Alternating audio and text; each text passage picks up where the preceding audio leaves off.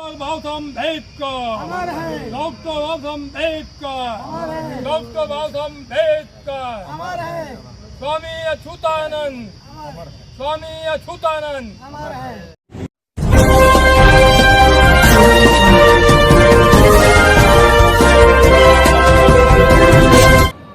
दोस्तों नमस्कार, आप देख रहे हैं एयू टीवी लाइव न्यूज। मैं हूं आरके जय। आज बात करूंगा संविधान निर्माता बाबा भीमराव रामजी अंबेडकर। दोस्तों, जिन्होंने जो जातिवादी मानसिकता थी, छुआछूत भेदभाव को सहते हुए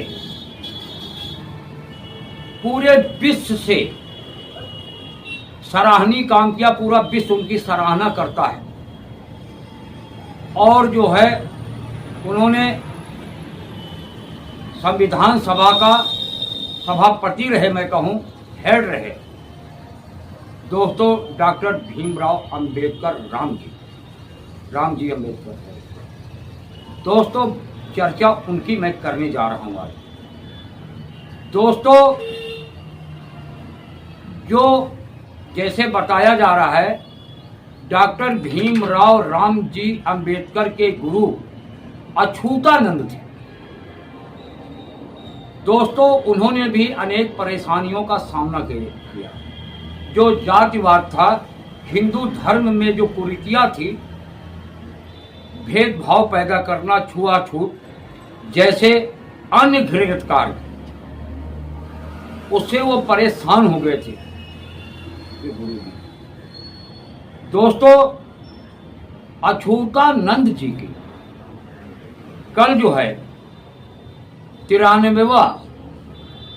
93 जयंती थी। उसके उपलक्ष्य में एक समारोह का आयोजन किया गया। दोस्तों, बताता चलूं, बड़ी संख्या में लोग आए और श्रद्धांजलि दी उन्हें, और उनकी प्रतिमा पे फूल माला चढ़ाया गया। और उनके बारे में अनेक वक्ताओं ने अपने विचार रखे और क्या कहा, जो आप इस खबर में सुनेंगे। दोस्तों, बताता चलूं, उनके गुरु जब जातिवादी मानसिकता के कारण हिंदू धर्म उन्होंने छोड़ के बौद्ध धर्म तो अपनाया ही था, तो सभी जानते हैं। दोस्तों, उन्होंने मैनपुरी सिरसा में आकर वहां रहना चालू कर दिए थे। दोस्तों, ज़्यादा खबर लंबी ना करते हुए, बहुत लंबी स्टोरी है। जो लोग हिस्ट्री पढ़े होंगे बाबा भीमराव अंबेडकर की या अछूताराम जी की, वो सब जानते होंगे। दोस्तों, क्या क्या परिस्थितियाँ थी, क्या स्थिति थी, क्या हालात थे, मानसिकता क्या थी। हिंदू धर्म में छुआछूत भेदभाव इतने थे, इससे तंग आके बाबा साहब भीमराव अंबेडकर भी बौद्ध धर्म अपनाए थे। दलितों और शोषित अल्पसंख्यक, अगला पिछड़ा जो भी आप मानो, सब के लिए उन्होंने काम किया है। आज संविधान के अनुसार ही हम आपको न्याय मिलता है, चाहे कोर्ट जाए, कचहरी जाए, चाहे थाना जाए, या कोई भी हक हमें संविधान के जरिए ही मिलता है। दोस्तों, अच्युतानंद जी की जयंती में हजारों हजार की भीड़ इकट्ठा थी। और ये जो है कब्रिस्तान में उनकी प्रतिमा है। और ये कानपुर की बात कर रहा हूँ मैं, कानपुर में जो है उनकी प्रतिमा स्थापित है। दोस्तों, मैं बात करना ज़्यादा तो नहीं चाहता, लेकिन कुछ बताना जरूरी है, क्योंकि इस अवसर पर वृक्षारोपण का भी बहुत बड़ा आयोजन किया गया। लोगों ने वृक्ष लगाए और पूर्व पार्षद रमेश कुरेल और अजय कुमार, जयप्रकाश सोनकर और शाकिर अली अंसारी, बहुत सारे समाज सेवियों ने, वक्ताओं ने अपने विचार रखे और उनके बारे में बहुत सारी बातें बताया जो आप आगे मीडिया में बैठ देते हुए बता रहे हैं, आप सुनेंगे उनकी जुबानी। दोस्तों, आर.के. अजय को दीजिए इजाज़त, फिर मिलेंगे किसी और खबरों के साथ। तब तक आप बने रहे AGTV लाइव के साथ। AGTV लाइव पे कभी खबरों का सिलसिला कम नहीं होता। दोस्तों, देखिए आगे कानपुर से चीफ ब्यूरो रुस्तम खान की एक रिपोर्ट। नमस्कार।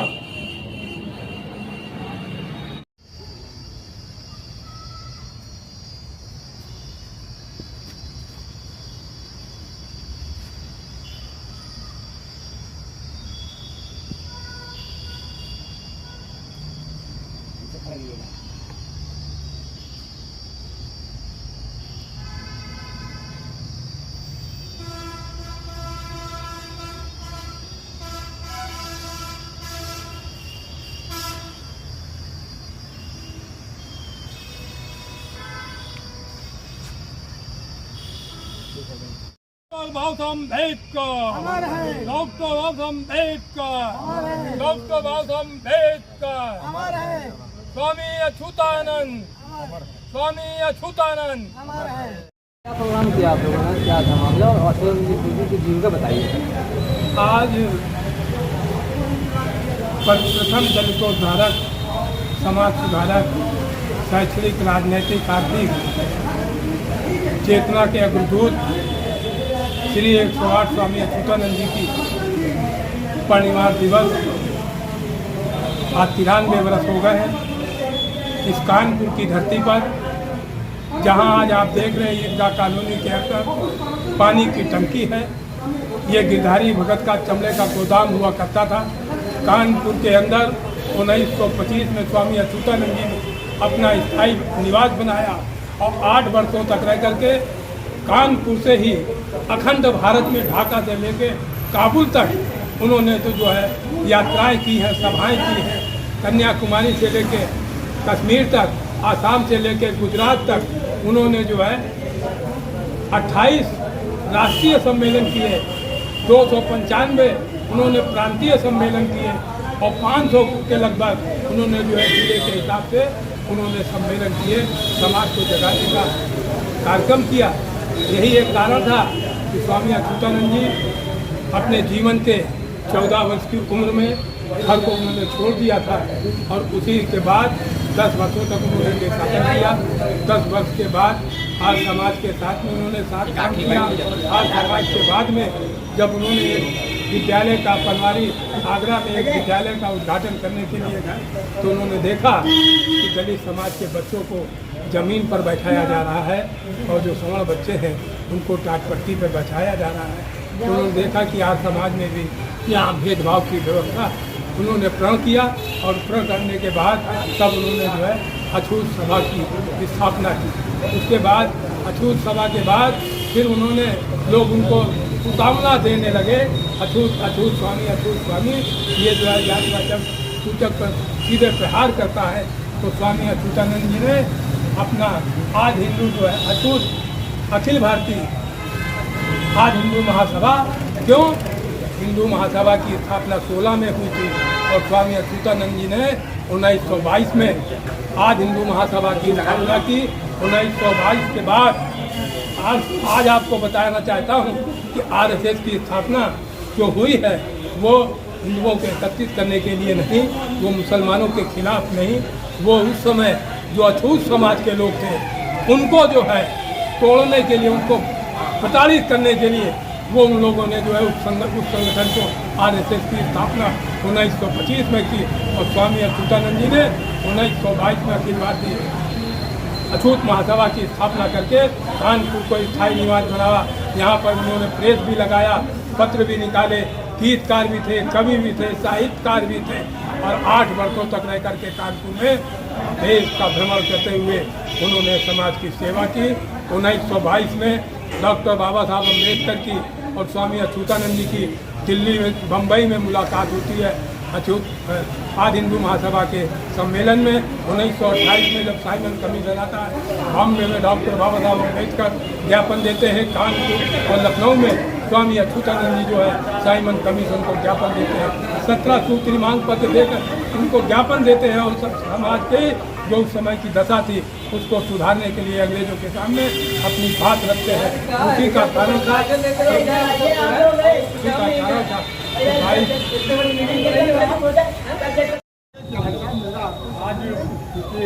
अब अगर संबंध जोड़ के चलना चाहते हो, फिर चाहते हो कि बाबा साहब का संविधान बचा रहे, तो ये तो संभव नहीं होगा।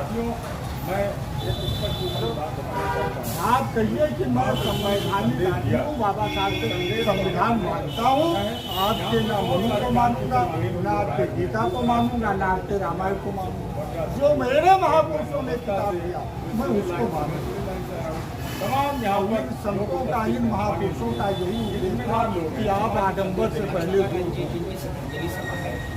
आप बुराइयों से दूर हों और अपने आप को शिक्षित करके, संगठित करके संघर्ष करने की क्षमता पैदा हो, ताकि अपने साथ अपने समाज को न्याय दिला सका जाए। हमने काशीराम दिया, उन्होंने भी नहीं महापुरुषों का उठाने का, उन्होंने कहा उठाने का काम जब वो बोलते, मैंने सोची कौन को जगाने आया हूँ। स्वामी जी ने कौन सो रही थी तभी तो उन्हें जगाने की आवश्यकता करके उन्होंने कहा कि जिसकी जितनी संख्या भागी उसकी उतनी भागीदारी। अगर इस काम को बहन जी ने, मायावती ने किया होता तो भाग्य की बात को बुलंद करने का काम करते हैं, उनका भी बहुत बहुत स्वागत है। आज के इस कार्यक्रम की शुरुआत करते हुए अब मैं चाहूँगा सर्वश्री भाई डॉक्टर हीरालाल जायसवाल जी से कि अपने ओजस्वी विचारों से संक्षिप्त में जागर में सागर भरते हुए अपनी बात को रखने का काम करें, श्रद्धांजलि देने का काम करें।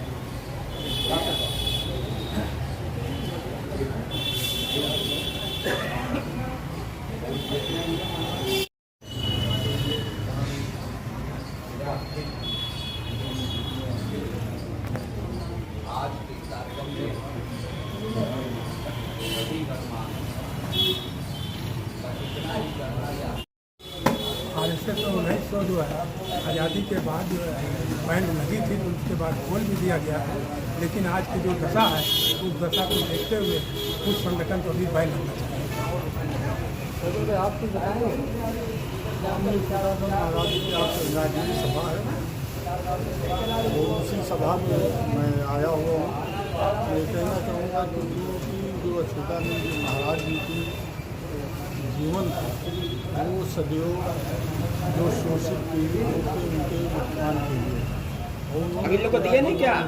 क्यों किया अजय हमारे को दिए नहीं आया रमेश चंद्र जी ने कि जो आरएसएस का गठन हुआ था वो इन्हीं शोषित पीड़ित के लोगों को दबाने के लिए हुआ था, मुसलमानों के खिलाफ नहीं हुआ। लेकिन जो वर्तमान परिस्थितियाँ हैं उत्तर प्रदेश की या केंद्र की, तो उसमें हम देखते हैं कि जो भी आरएसएस या भारतीय जनता पार्टी है वो सिर्फ और सिर्फ पूरे देश में और प्रदेश में मुसलमानों को दबाने का काम करें, चाहे वो मस्जिद को गिराने का मामला हो, चाहे मदरसा गिराने का मामला हो, चाहे मजार उड़ाने का मामला हो, चाहे लव जिहाद हो, चाहे गौ तस्करी हो, चाहे पशु तस्करी हो।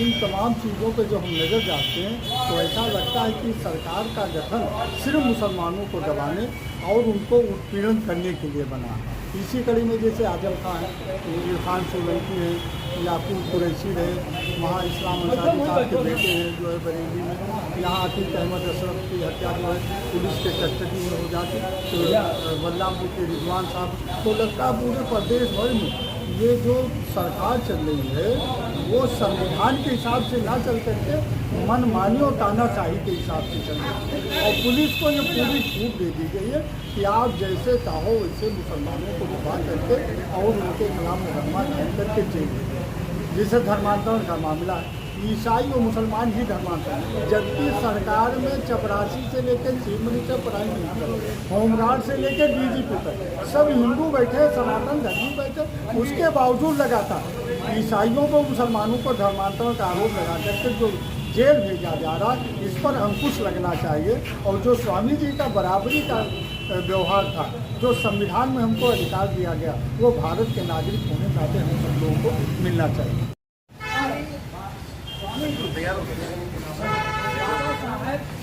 आप ना बाकी लोगों को